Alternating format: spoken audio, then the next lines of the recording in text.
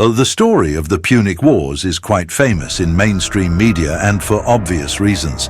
The Romans' unbreakable will was strained to its absolute limits, while Hannibal's cunning and strive for revenge, along with the intricacies of the Carthaginian and Roman senates, have made this conflict appealing to both the simple and the learned mind. The effects of the three wars are well known: the destruction of Carthage and the Phoenician civilization, and Rome's emergence as the greatest power in the Mediterranean since the fall of Alexander's empire. The avalanche of problems this caused is, however, often ignored. Rome had grown so big and powerful that no external threat could bother it. As physicists have taught us over the past century, whenever a body can't support its own mass, it is forced to implode and violently tear itself apart.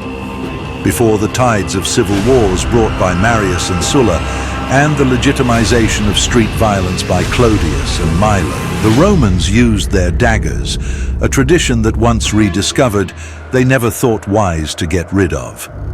Of the countless assassinations that have occurred in Roman history, many have become enshrined in myth. So, when following along on this journey to learn about the 7 most consequential assassinations in Rome, all you need to remember is the unspoken rule in the series, do far. Only figures who contributed to a united Rome would be considered, that is, from the founding of Rome by Romulus until the splitting of the empire by Theodosius I.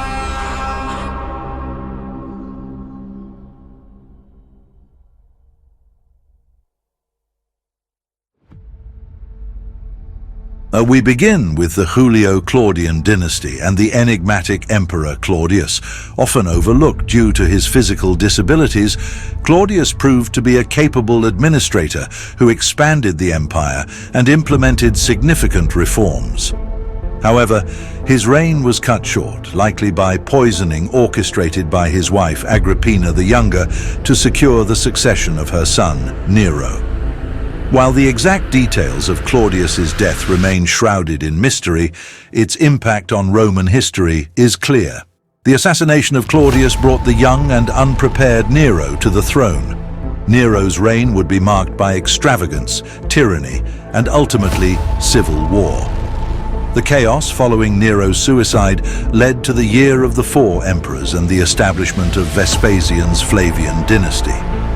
This dynasty's masterful propaganda campaigns not only immortalized the name Caesar in Roman and world history, but also painted the Julio-Claudians as monsters and madmen, casting an irrevocable shadow over that era.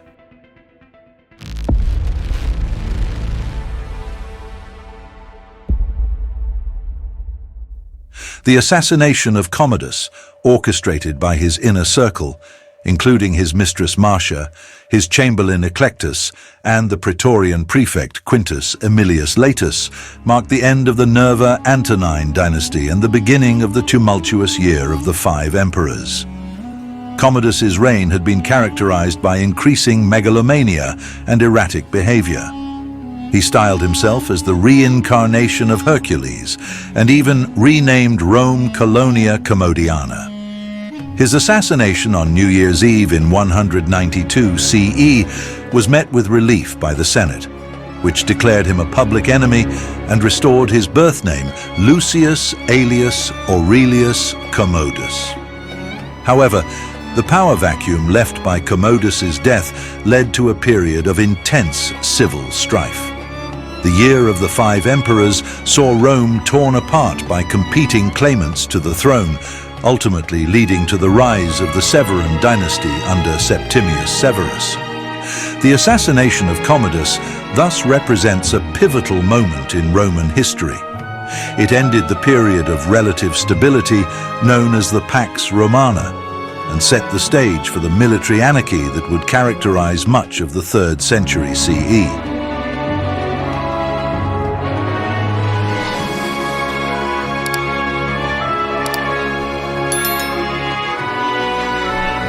The death of Alexander Severus marks a critical juncture in Roman history.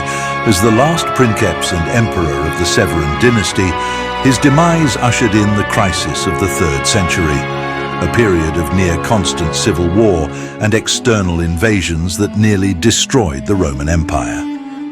Alexander, a young and relatively ineffective emperor, was murdered by his own troops, dissatisfied with his handling of a Germanic invasion.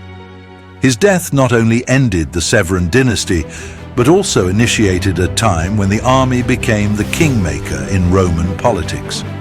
The aftermath of Alexander's assassination saw the empire plunge into chaos. Over the next 50 years, more than 20 men would claim the title of emperor, most ruling for only a few months before being overthrown or killed. This period of instability weakened Rome's borders, allowing foreign invaders to penetrate deep into Roman territory.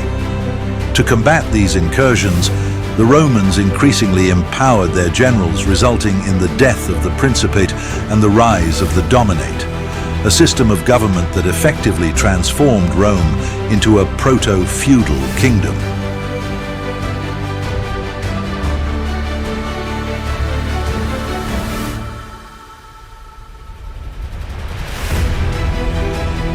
Now, we step back in time to the Roman kingdom, where an assassination would change the very nature of Roman governance.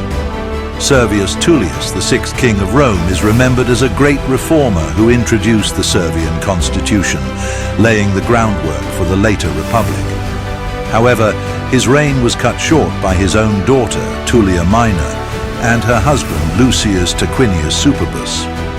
In a bid for power, they orchestrated Servius's assassination, with Tarquinius personally throwing the aged king down the steps of the Senate House. This assassination marked the end of benevolent kingship in Rome and the beginning of the tyrannical rule of Tarquinius Superbus, the last king of Rome. The brutality of Tarquinius's reign would eventually lead to the overthrow of the monarchy and the establishment of the Roman Republic.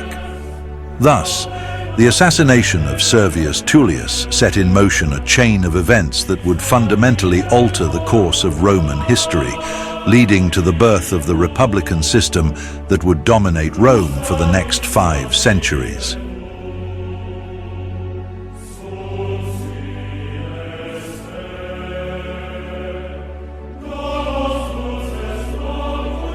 The assassinations of Tiberius and Gaius Gracchus, while separated by 12 years, are often considered together due to their shared reformist agenda and tragic fates.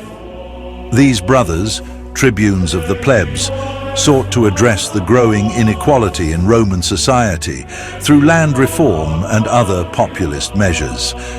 Tiberius Gracchus was killed in 133 BCE when a mob of senators, led by his own cousin, bludgeoned him to death with makeshift clubs. His younger brother Gaius met a similar fate in 121 BCE, choosing suicide over capture after his supporters were massacred.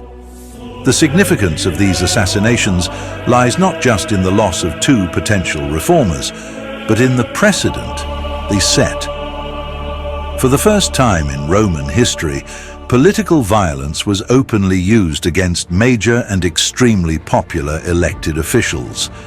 This effectively legitimized political violence in the Roman state, setting a dangerous precedent that would be followed for centuries to come.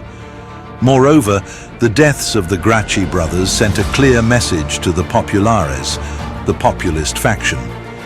Any form of reform would have to be wrested from the cold, dead hands of the Optimates, the conservative faction. This polarization of Roman politics would eventually contribute to the rise of figures like Marius, Sulla, and Caesar, leading to the fall of the Republic.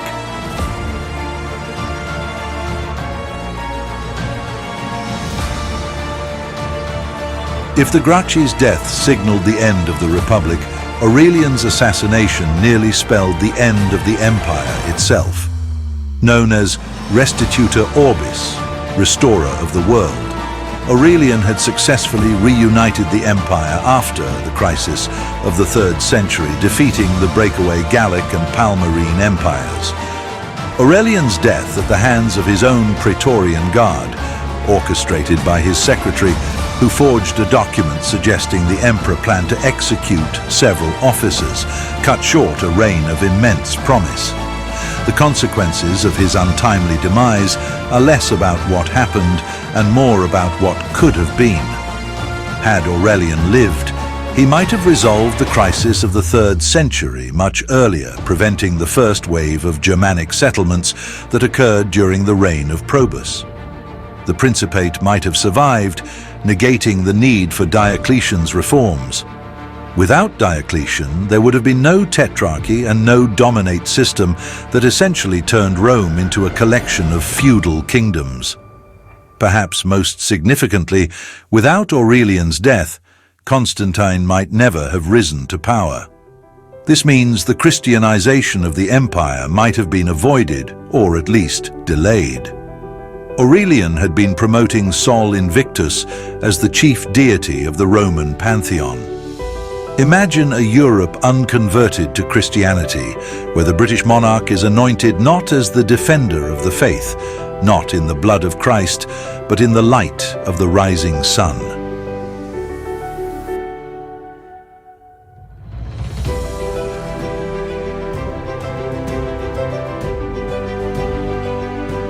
The assassination of Julius Caesar is perhaps the most famous in all of history.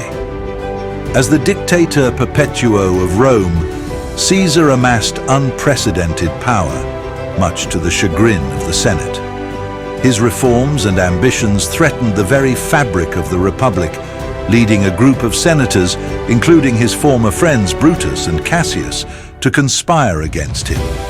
The consequences of Caesar's death were far-reaching and paradoxical. The conspirators had hoped to restore the Republic, but their actions instead precipitated its final demise.